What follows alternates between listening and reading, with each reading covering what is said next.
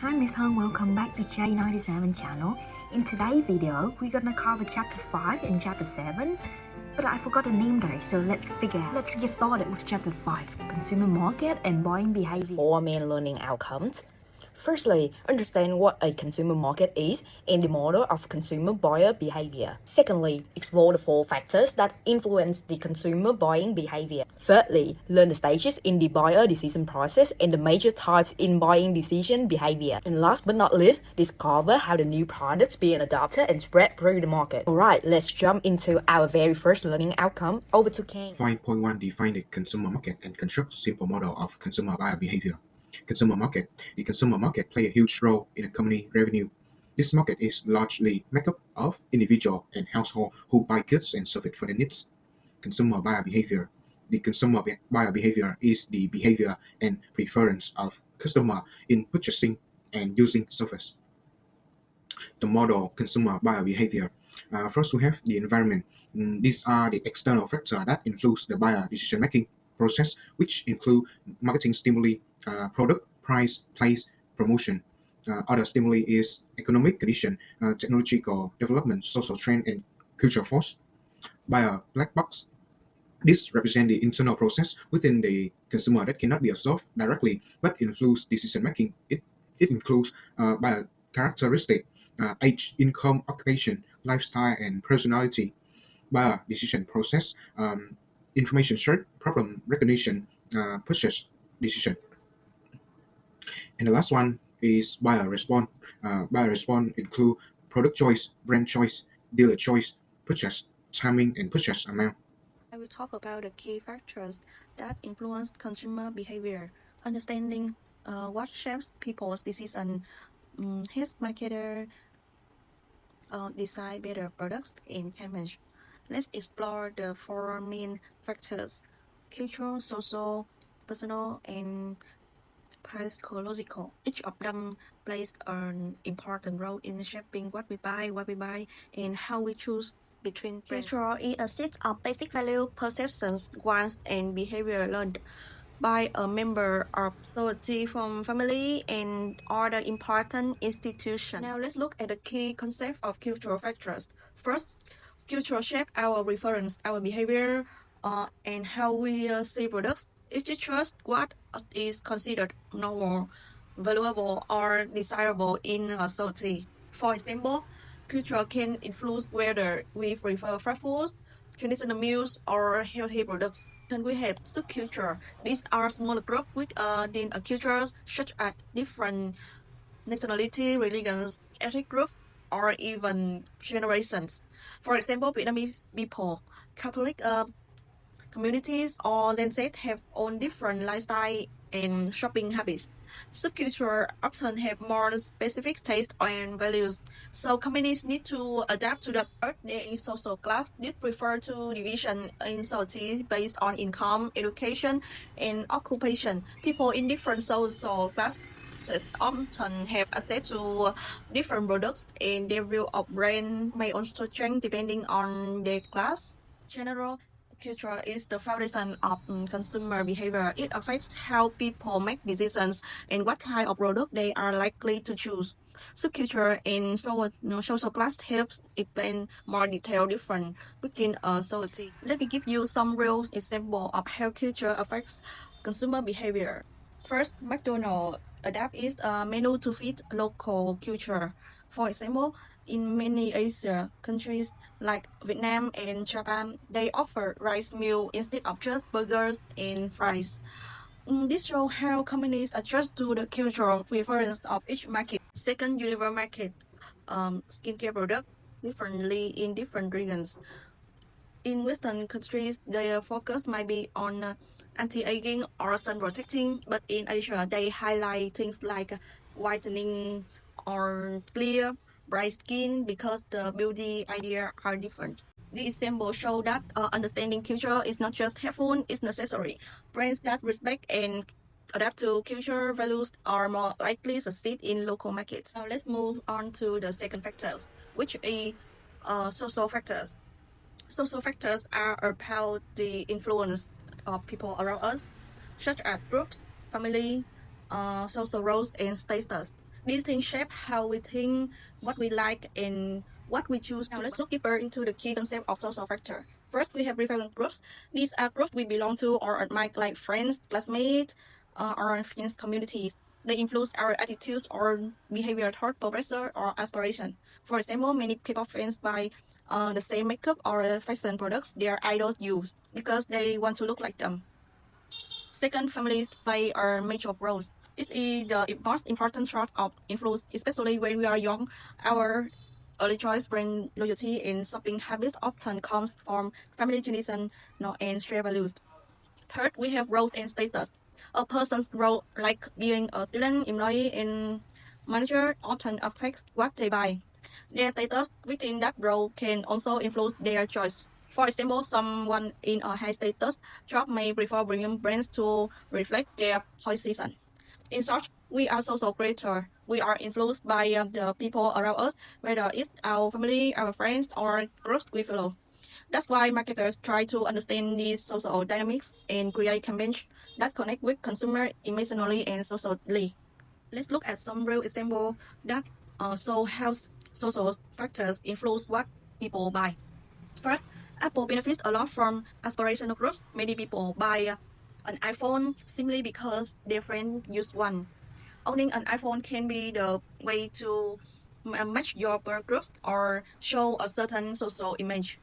L'Oreal used influencer and beauty blogger to shape decisions on social media. These influencers act as modern reference groups. When people see someone they admire using a product, they often want to try it too. Let's look at two popular coffee chains in Vietnam. Highlands Coffee attracts young urban consumers not just for the drink but also for the atmosphere. It's a trendy place where people feel a sense of belonging and social status. The coffee house also targets social roles. It's known as a working-friendly coffee, especially for students and office workers. It creates an environment that fits their lifestyle, productive, modern, and urban. Talk about the personal factor, basically the unique characteristic of each individual that influence what they buy and how they buy it. There are five main ones I will talk about. It's about the age, life social state, occupations, economic situation, lifestyle, and personality. Let's go through them one by one. First is age and life circle state. People at different age have different needs and preferences. For example, when we were kids, we like eating candy and sweets and didn't care about vegetables. But as we grow older, we start paying more attention to health, eating more green fruits and healthy food. Same goes for clothing. Back in high school, we were uniform, so there wasn't much shopping involved. But in university, we start buying more outfits, casual, trendy, seasonal clothes, so we naturally spend more. Even furniture change. If you are single, a single bed is fine. But if we get married, you will probably switch to a king size bed because living needs to change. About the recreations, another clear one. As kids, we play with toys at home, but as we grow up, we stop buying toys and instead spending more on going out, like meeting friends at coffee shops, going to the cinemas, and other social activities. So basically, as we age and move through different lifestyles, our needs shift too. A good example, McDonald's have a Happy Meals. It's designed for kids with small portions and toys, but older consumers, like students or working adults, might be more interested in platforms like Booking.com or Agoda, where students looking for cheap dorms while middle-aged travel book 4 or 5-star hotel. Next is occupation. Your job includes what kind of products you need. A teacher might need books, a laptop, maybe formal clothes for the classroom.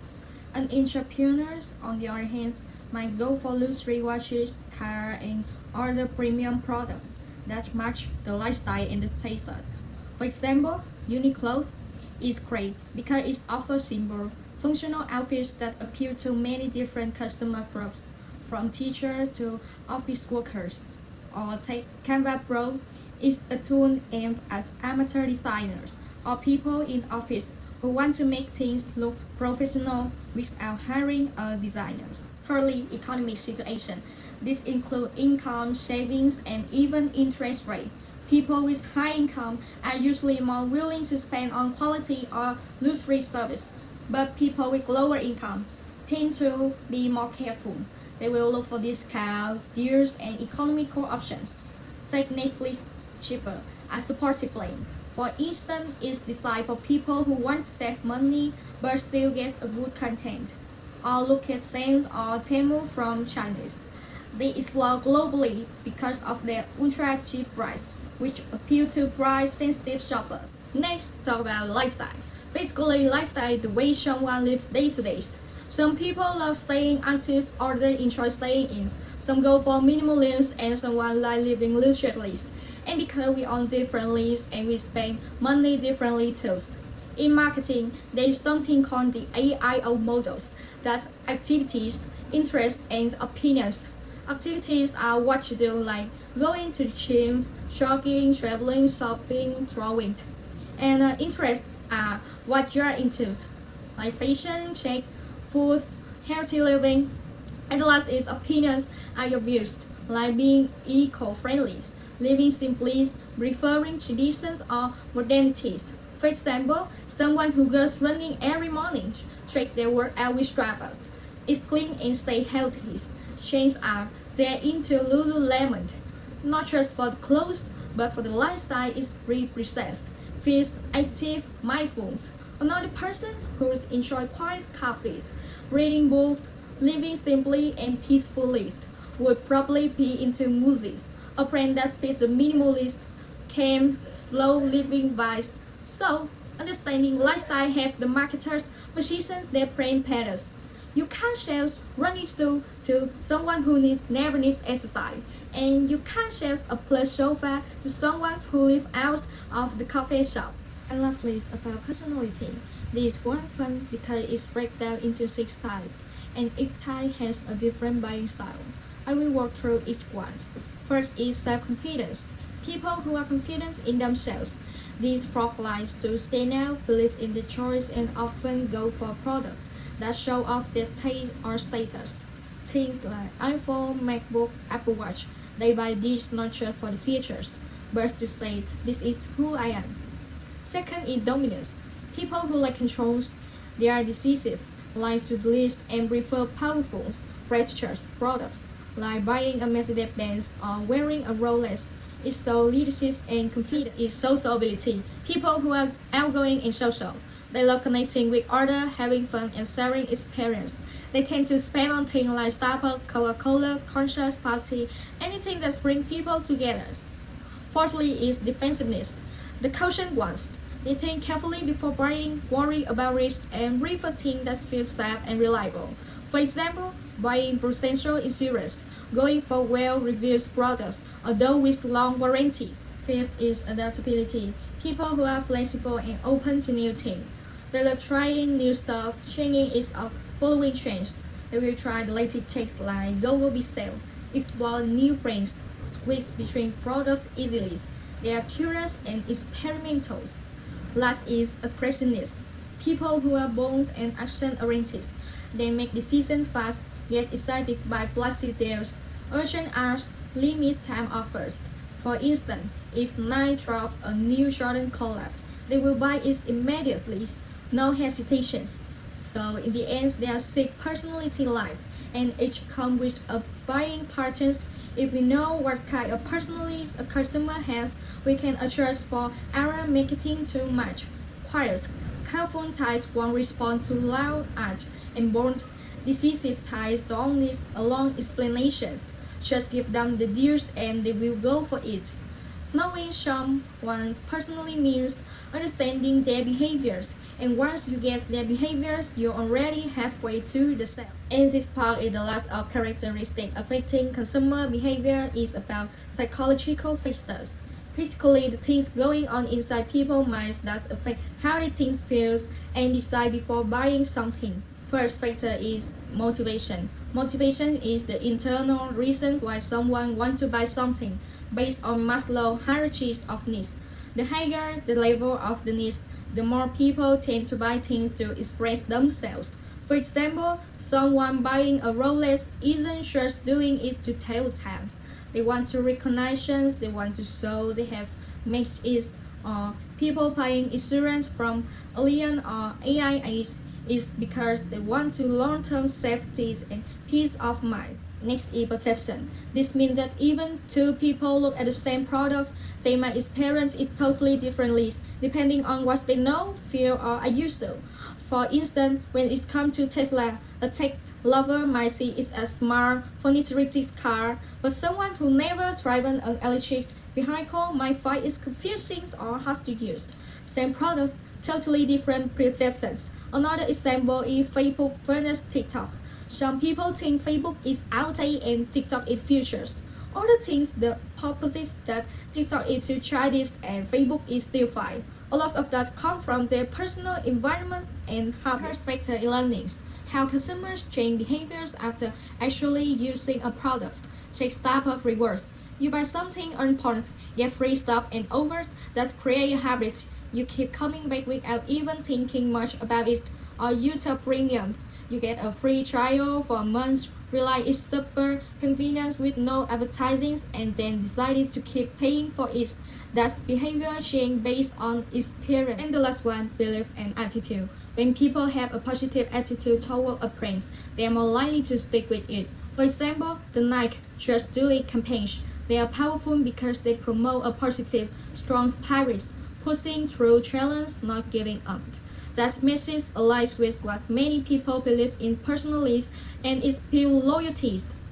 Take Toyota is popular in many countries simply because people believe the cars are reliable and fuel efficient.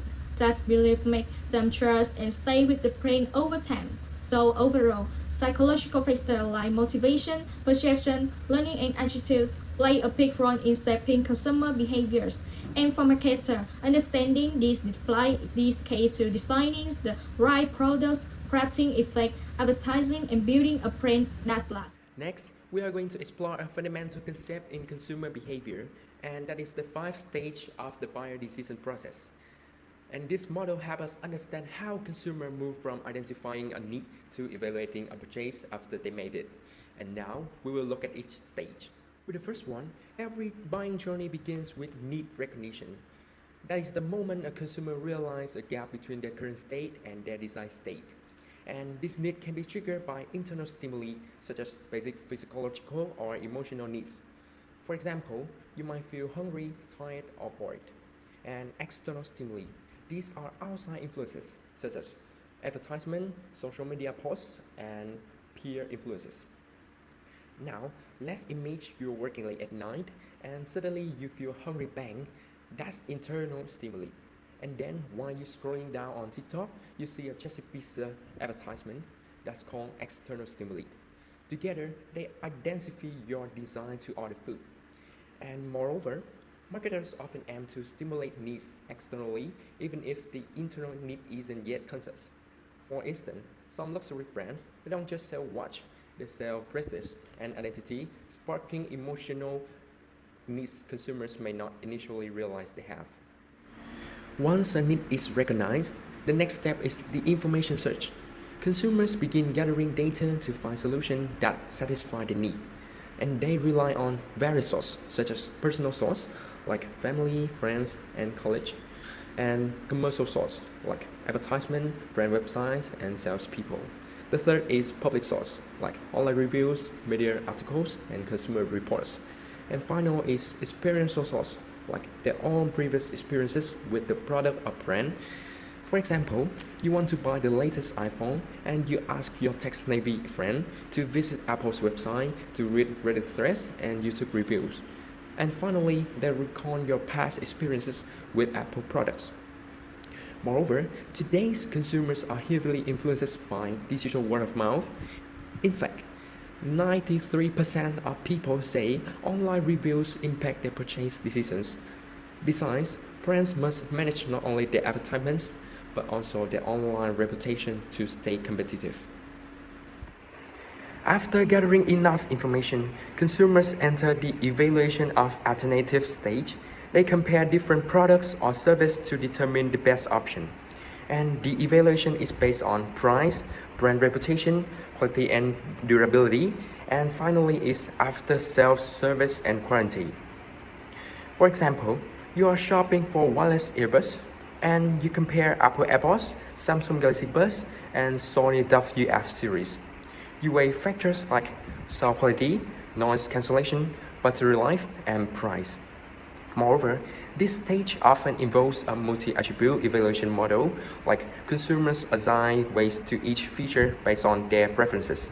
Some may prioritize battery life, while others care more about brand prestige. Understanding this helps marketers highlight the right product attributes in their campaigns. Next comes the purchase decision. The consumer is ready to buy, but at this stage, two factors can shift the decision. The first one is the opinions of others, like social influence, especially from close contact, can strongly affect the final choice. The second is unexpected situational factors, such as stock availability, last-minute discounts, or service issues. For example, you plan to buy the Samsung Galaxy Z Flip because you love the design, but when you reach the store, it's out of stock.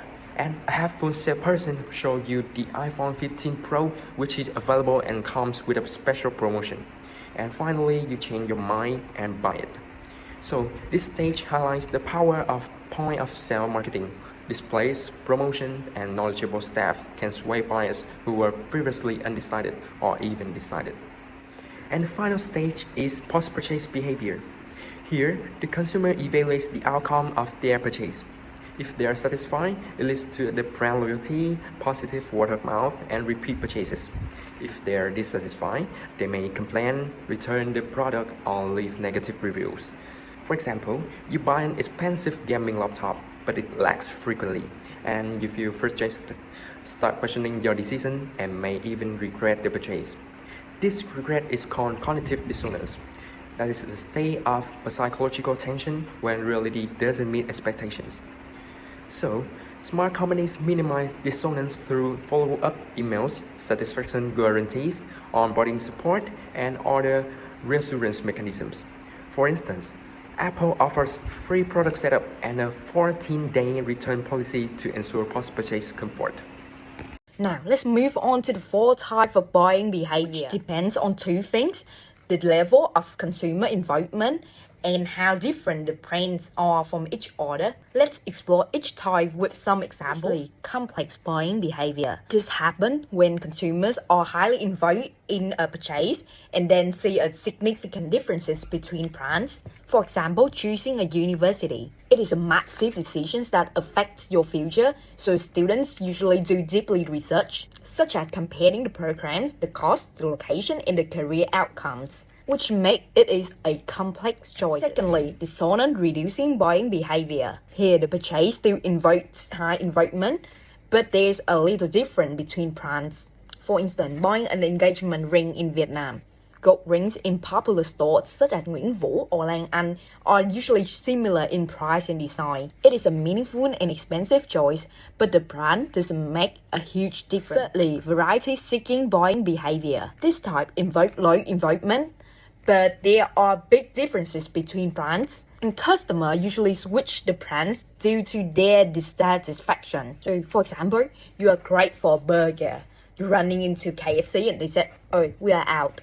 So you quickly switch to Lotteria or McDonald's. You are not loyal in this case, just looking for the variety. One is habitual buying behavior. This is low involvement and little brand difference. Same with its name. It is a part of your routine. For example, buying a toothpaste. If your mom usually bought a certain brand, you're likely to choose the same one without much thought. You are used to it and it's really convenient. Each of these types help marketers understand how to approach and influence consumer effectively. The success of a new product depends not only on its innovation, but also on how consumers perceive and adapt it. To begin with, a new product is a good service or idea that is perceived by some potential customer as new. However, even if a product has existed for some time, the key focus is on how consumers first learn about it and decide on their regular use.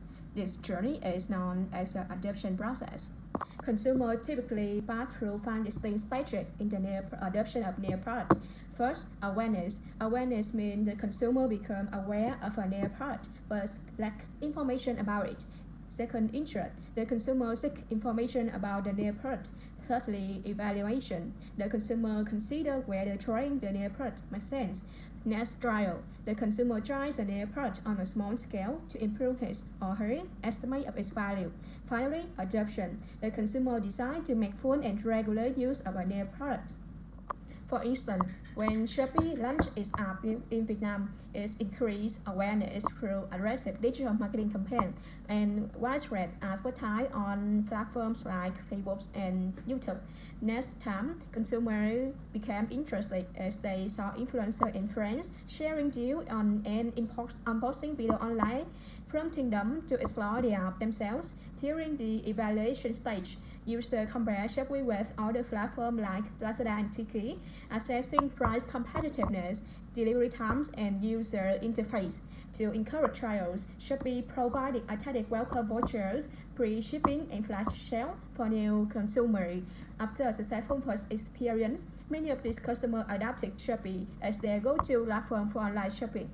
Now, let's look at the 5 adapter groups, which explain how different people respond to a new product over time. These groups don't just differ by timing, they have different motivations and values. Innovator, early adapter, early mainstream, late mainstream, and late trend. Firstly, innovators. They are the first 2.5% of adopters. They venturesome and love to try new things, even if there's some risk. They are the people who will download a new app or try a better version to further experience. Secondly, early adopter. They make up the next 13.5%. Early adopters are respected opinion leaders. They adapt new ideas early but carefully. In many communities, they are influence others, so if they like something, others often follow. Thirdly, early mainstream. These groups are deliberate. They rarely lead trends but tend to adapt before the average person. They like to see some previews, rating, maybe feedback from friends before making the decision. Next, late mainstream. This group is skeptical. They only adapt when they see that the majority of people have already tried it. They need reassurance that the product is safe, useful, and not just a passing trend. Finally, late trend adopter. They are traditional bound.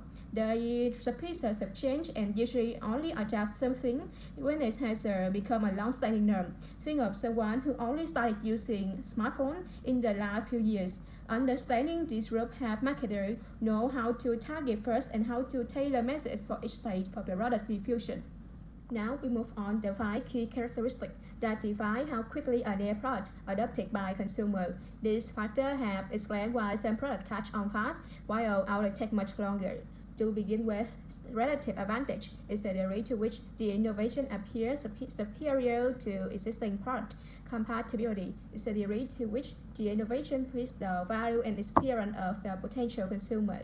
Complexibility is the degree to which the innovation is difficult to understand or use. Divisibility, also known as trial ability, is the degree to which the innovation can be tried on a limited basis. Finally, community capability is the degree to which the results of using the innovation can be observed or described to others. This chapter focuses on how consumers think, feel, and make decisions when buying a product. Basically, how consumer behavior works. Right, we just have halfway left with this video. Welcome to chapter 7, which we will call the second step in the marketing process. Here are the 4 learning outcomes. Firstly, the overview picture of STDB analysis. In the order would be the in-depth discussions of each category in STDB analysis, segmentation, targeting, differentiation, and positioning. 7.1 Define the major step in designing a customer-driven marketing strategies: market segmentations, targeting, differentiations, and positioning. Market segmentations are dividing and classifying customer from large segment into smaller segment based on their specific characteristic. For dividing the customer segment that the brand wants to target. General segmentation based geography, region, city, climate, demographic, age, gender, education, psychographic, lifestyle, personality, behavior, purchase behavior, or brand loyalty. Market targeting is to assess the potential of each market and select the right market for the brand. Purpose is to select the market segment that have a competitive advantage for the brand. Targeting strategies and differentiated marketing. Same product for our segment like Coca-Cola. Differentiated marketing is different product for different segment like VinFast, VF5, and VF9. Concentrate marketing focus on large part of one or few segment, like Rolex for high-income customer segment. Micro-marketing, design product to suit each individual or local group, like Nike. Customer can customize their own shoe. Differentiations, creating a difference in particular or product or service, providing something new and unique to customer, create a unique brand. Way to differentiate is product feature. Apple have its own ecosystem. Service quality, like Victor Post has fast delivery and wide delivery range. Brand image, Red Bull express their strength and breakthrough technology and innovations. VinFast energy core and customer experience, like Starbucks has a luxurious space and personalized service, such as writing the customer name on the cup. Positioning, to define the position and influence of the product in the market, to show customer the influence of the product and the difference of the brand compared to the competitors. Mm, Positioning statement, why customers should choose the product from this brand. Perceptual map help customer recognize the difference between your product and the product of the competitor. Learning objective to discuss the major base for segmenting consumer and business market. Market segmentations mean dividing a large market into smaller markets, which help the business to focus on a particular feature of that market. Market segmentations include segmenting consumer market, segmenting business market, segmenting international market. Requirements for effective segmentations. First, segmenting consumer market. Divide the consumer market into subgroup based on geographic segmentations, demographic segmentations, psychographic segmentations, and behavioral segmentations. First, we will go with geographic segmentations. Is divide the customer by where they live, such as country, region, city, and climates. For example, thick coats are often sold in cold climates. The second is demographic segmentations. It divides customer by age, gender, income, occupations, and educations. For example, infant milk brands are divided into different categories for baby from 0 to 12 months and over 1 year old. The third one is psychographic segmentations. It divides customer by lifestyle, interest, and value, like vulnerable target customer who demand safety. Next is about segmenting by demographics, age, gender, and income. Markets can be divided based on age groups, gender identities, and income brackets. Each demographic segment exhibits different purchasing behavior and product preferences. Now, let's start with age. This type of segmentation divides the market based on life stage, such as teens, adults, or seniors, because each group have different needs, preferences, and behaviors. A great example of age-based segmentation is the Đi để trở về campaign by British Hunter. This campaign targeted Vietnamese urban youth from the age of 16 to 30, those who are energetic, fashion conscious, and lifestyle driven. Next is gender. Gender segmentation groups consumers by gender identity, considering roles, lifestyles, and perceptions to tailor products and messaging accordingly. For example, Sakura, a skincare brand, offers separate product lines and marketing message for women and men. While the women lines emphasize beauty enhancement and anti-aging, the men's product focus on oil control, with routines and skin protection for active lifestyle. Finally, we have income. This refers to segmenting consumer based on their financial capacity, which influences what type of products or service they can access or prioritize. For instance, instead of targeting one specific group, Highlands Coffee offers a wide price range to serve different income levels. Like for students and budget-conscious consumers, there are affordable drinks. For office worker and higher income customers, there are premium options and upsell cafe space. And another point to consider is behavioral segmentation in marketing, which is an important method that helps businesses better understand customer actions. And so, the question is, what is the behavioral segmentation? Behavioral segmentation involves dividing customers into groups based on how they interact with products. And we have three main criteria, including product knowledge. We need to focus on what do customers know the product. And the second is usage patterns. We need to know how do they use the product. And the last but not least, attitudes and response. We need to know how do they feel about the product. And this approach helps us tailor communication and offering to match real-world behavior. Now, to illustrate, I would like to share two examples from real life. The first one is the coffee house. They use a loyalty app to track morning purchasing habits of customers, and based on this data, they can send out morning promotion to boost sales. The second is Momo e-wallet. Momo categorizes users based on their transaction habits, and this allows them to recommend relevant utilities, helping users save time and optimize their experience. Now, I want to dive deeper into behavioral segmentation types, and this approach allows businesses to tailor their marketing strategies based on specific customer behaviors. Now, let's explore the key methods of behavioral segmentation. First, we have occasion-based segmentation, which focuses on the timing of purchases.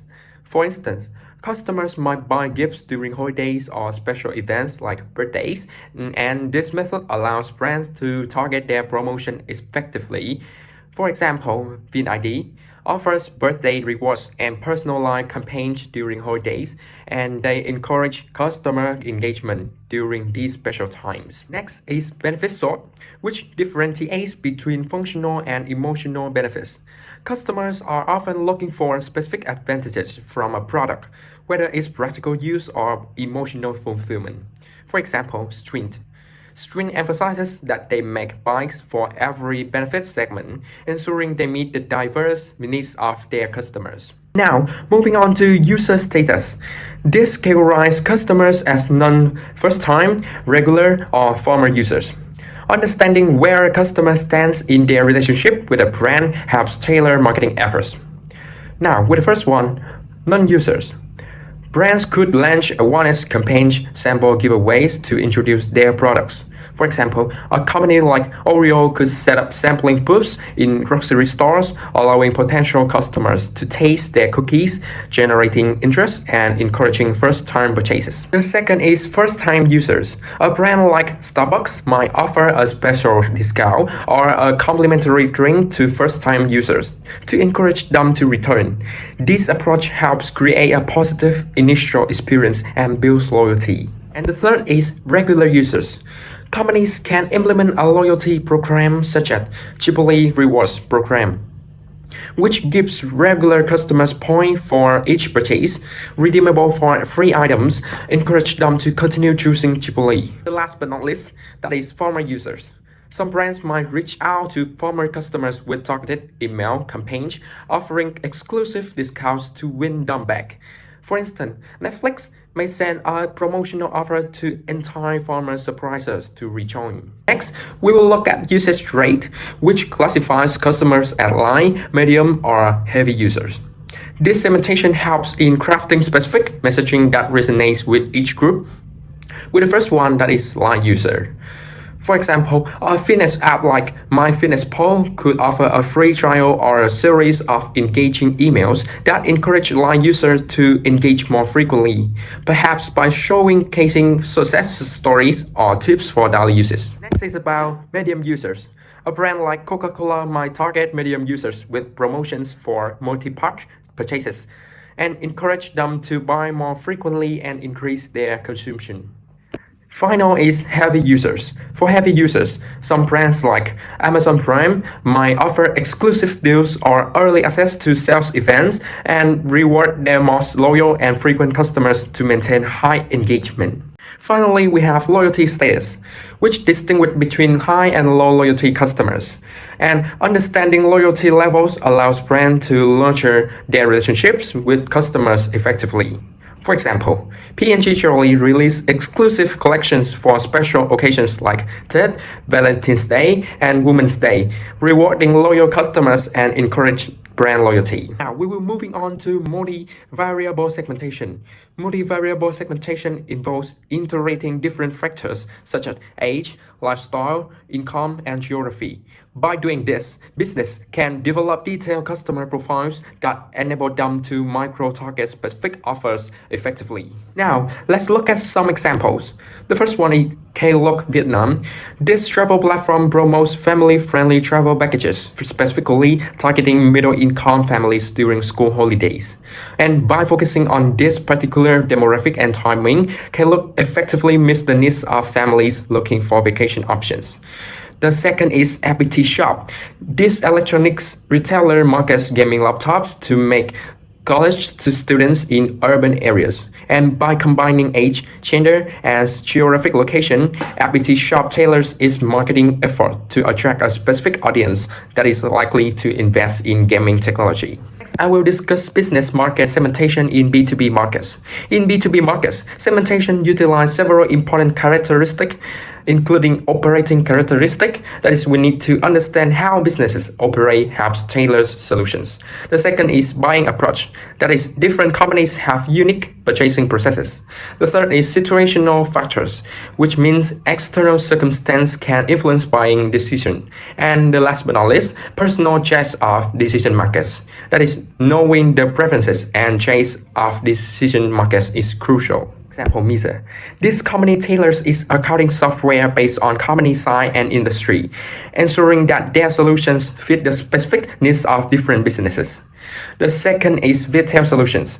They provide custom tech infrastructure tailored for government clients versus private sector clients, recognizing the distinct requirements of each. Now, I will explore about the international segmentation and how it provides borderless insights for businesses looking to expand globally. Global segmentation involves several crucial factors. The first one is geographical reasons. That is, different markets have distinct characteristics based on location. The second is economic conditions. It is understanding local economies helps tailor offerings. The third is political and legal structure. Compliance with local laws is essential for successful operations. And the final is cultural norms and behaviors. That is, recognizing cultural differences is vital for effective marketing. For example, VinFast. In Vietnam, VinFast emphasize value and national pride, while in the US, they focus on safety and technological innovation, and they adapt their messaging to resonate with each market. The second example is Fulon Tea. This brand customizes its packaging and messaging specifically for Korean consumers, and they ensure cultural relevance and appeal. Continue into market segmentation part, which is a strategy that transcends borders by focusing on shared needs, lifestyles, and behaviors rather than geographical location. Intermarket segmentation allows businesses to identify segments that exist across different countries, enabling them to target globally similar audience with unified marketing campaigns. To illustrate this point, we have two examples. The first one is Milo Chocolate. This brand appeals to premium chocolate lovers around the world who appreciate craftsmanship and ethical sourcing. By focusing on shared values, they successfully reach a global audience. The second is Coolmate. This company markets minimalist, functional clothing to young male professionals, regardless of their location. Their focus on lifestyle and functionality connects with a similar target audience worldwide. Moving on to criteria for effective segmentation and what makes a market segment truly valuable. For a segment to be actionable and profitable, it should meet the following criteria. The first one is measurable, which means the size, purchasing power, and the profile of the segment must be identifiable. The second is accessible. That is, the segment should be reachable and capable of being served effectively by the business. The third is substantial, which means it needs to be large enough to ensure profitability. And next is about differentiable, which means the segment should respond distinctly to different marketing offers. And the last but not least, that is actionable, which means there must be a capacity to develop marketing programs that cater to the segment. Shopee Vietnam. This platform targets Gen Z mobile shoppers, a segment that is large, distinct, and easily reachable through digital channels. And the second example is Grab. This service segments users based on trip frequency, allowing them to promote loyalty rewards effectively to encourage repeat usage. Why segmentation matters, not on customer are the same. That's why businesses must divide the market into segments and choose where to focus. The goal is to serve the right people, not everyone. Before choosing a market to serve, company must evaluate each segment carefully. They look at three key factors. The first factor is segment size and growth. Is a segment large and growing? For example, a smartphone company may avoid targeting elderly customers if the segment is relatively small or difficult to reach due to technological barriers. Next, they consider segment attractiveness. Is the competitive? Are there any threats like strong rival or changing customer behaviors? For example, Vinamilk target health-conscious consumers because the segment is expanding and aligns well with the company's strength. Finally, company resources and objectives. Can the company serve this market well with what it has?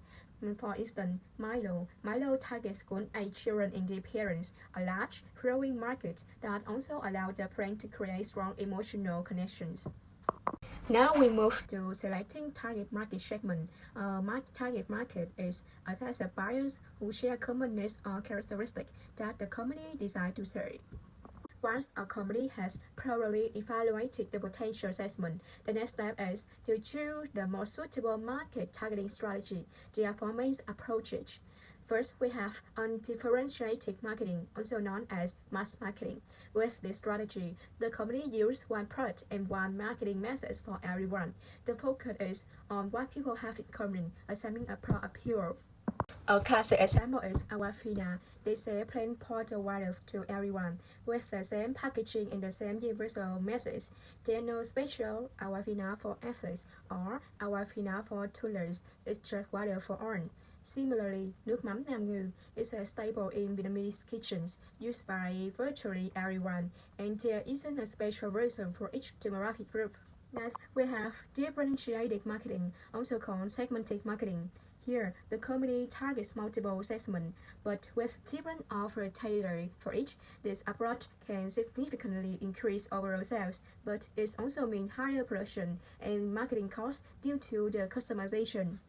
Think about Coca-Cola. They don't just sell one drink. They have regular Coke, Diet Coke for those watching calories, and Coke Zero for sugar-free option. They target a slightly different customer need.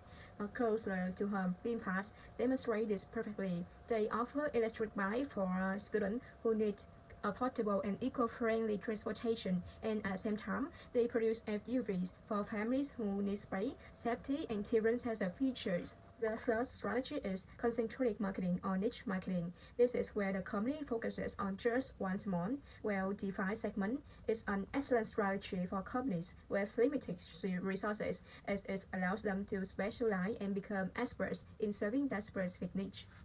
Consider a wedding outlet store that only serves brides who want to custom-made design. They're not trying to sell a direct dress to everyone.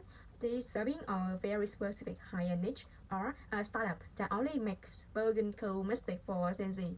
They identify a very specific demographic with particular values and are catering exclusively to them. Finally, we have micro-marketing. This strategy customizes product or marketing to individual customers or specific locations. Micro-marketing also includes individual marketing, which means creating personalized product or offer for each customer. A great example is Shopee. Their recommendation engine learns your personal shopping behavior and then suggests products specifically for you, creating a highly personalized shopping experience. Or Highland Coffee may offer different seasonal drinks depending on the region or even specific store location, catering to local tastes and preferences. Now let's move on to the final part of the chapter 7. Discuss how companies differentiate and position their product for the maximum competitive advantage. This is the key section because it helps us understand how businesses create competitive advantage through effective product differentiations and positioning. We will break it down into 7 parts. Let's go through each part one by one. Alright, let's start with the idea of differentiation. In simple terms, differentiation is how a brand or product stands out of the competitor by offering something unique or valuable. And why this matter? Because it's a crowded market. Being good is enough. You have to be different in the way that's the master to the customer. So now there are 5 main ways that a company can differentiate itself. I will walk you through each of them. First, about product. This is about having better features, qualities, or designs.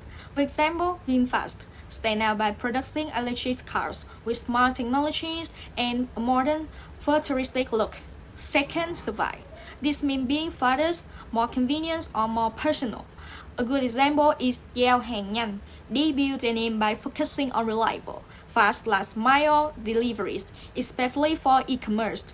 Third, channel. That's how and where your product are distributed. Circle K is a great example. They are everywhere in the urban areas and they are open 24/7. Super convenience, right? Fourth, about people. Sometimes it's the people who make the difference. For example, like Highland Coffees, staff are usually well trained, polite, and how to provide a consistent service experience. And finally, it's about image. It's all about the brand personalities and emotional appeals. PT's Hunter, for instance, doesn't just sell shoes. It sells the spirits of the youth, the energies, and adventures.